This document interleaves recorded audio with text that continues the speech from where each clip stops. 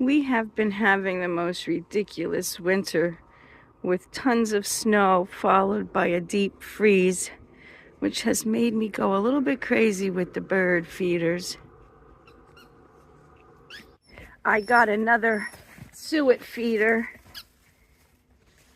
and some peanuts and sunflower seeds to fill my feeders that I already have.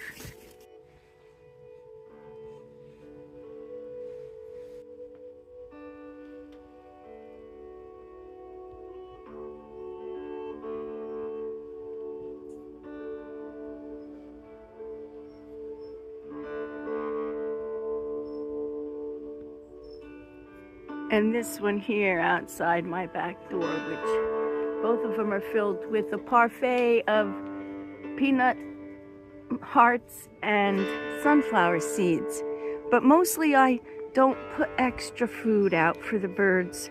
I plant things like my holly.